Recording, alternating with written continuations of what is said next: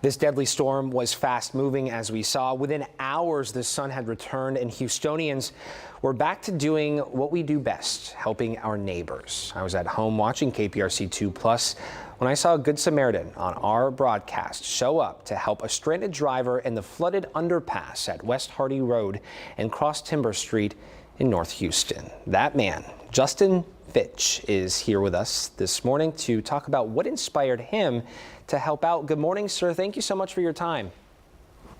Good morning. How are you? So far, so good. How are you? That's the better question. Well, I'm good. I'm a personal trainer, and I live right around the corner from Cross Timbers in Hardy. And I actually took my side-by-side out to see if my clients could get to me safely without experiencing floodwater.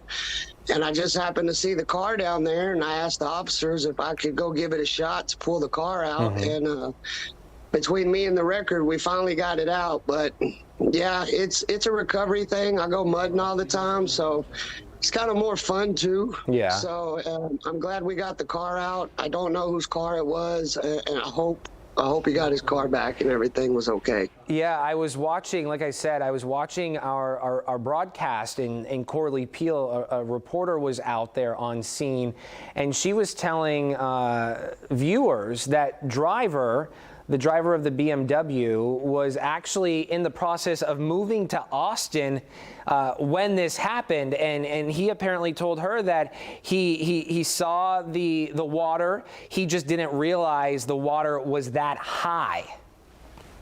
Yes, it gets very, very high down there. It's actually got all the way up to the stoplights. I just figured maybe that I could get down deep enough to where maybe I got it off the curb. The car was sitting on the curb, and I got it off the curb and then made it to where the record driver could connect his chains, and he's got more power than I do, so he pulled it on out. Yeah, I know, Justin, you said we're seeing video of you actually going down there right now in your side-by-side. We see the trunk of that car open. You talk about this area being prone to flooding, or at least flooding in the past, seeing water as high as the stoplights. I saw also there's that gauge there on the side, right? Pay attention to the gauges. Do people just ignore them? I'm assuming so, but the water can be tricky. It might seem shallower than what it is, but it's just like the old cliche, turn around, don't drown. Yeah. If the water's too high, just turn around and go a different direction. Be safe. Yeah, I know you were saying that this wasn't your first time helping folks out. Do you ever get worried or nervous in these conditions when showing up in the time of need?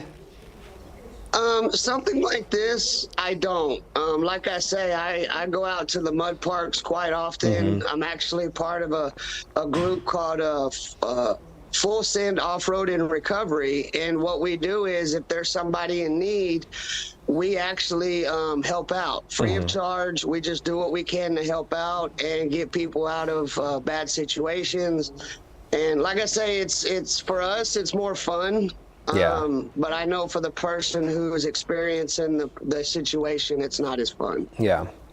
I too want to give perspective to a little perspective about this side-by-side. For people not familiar, I grew up riding four-wheelers, and my grandparents had side-by-sides. But for people not familiar with the difference, the side-by-sides are a little higher than a four-wheeler. So it gives you that capability of getting into those areas that you might not be able to if you just had a four-wheeler. Correct. Yeah. Well, mine is a little bit higher. They have them way bigger, of course, but mine is higher. But it's also snorkeled, so I can actually go in water over my dashboard. Oh wow. That's why I wanted to give it a shot. So, but yeah, they're jacked up higher. They break a lot easier because you're going through mud and you're making things stock into things that are a little bit more expensive parts. When they break, you gotta pay for those. So it's definitely fun. But again, it's not as fun for the person whose car that is. And I hope that all his belongings in it, everything was just floating. So I feel real bad for the guy. Yeah, I know.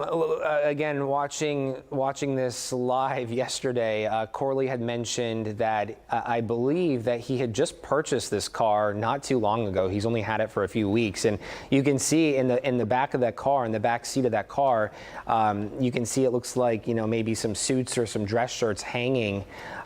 He actually had some suitcases in the trunk. Oh my So goodness. there's even more stuff in there of his personal belongings. And like I say, you could tell he was moving somewhere because almost everything he had was in that car. Yeah, I believe that he was moving up to Austin to start a new job today, is what Corley said during one of her reports. Not sure if that's still happening. He is okay though, from my understanding. I believe so. Yeah. I only saw the police officers and the record driver. I didn't see the owner of the car. Yeah. And I don't know where the car went. Of course, you can see there's the record driver. He has the car and took it where it needed to be. After we got it out the water, then I come on home. Yeah. Like I say, I'm just right around the corner. And I know there's going to be more inclement weather coming our way today and the next few days. So you might be a busy guy. Yeah. Okay, Justin Fitch, thank you so much for your time. And as always, thank you for doing what you do best, and that's helping your neighbors.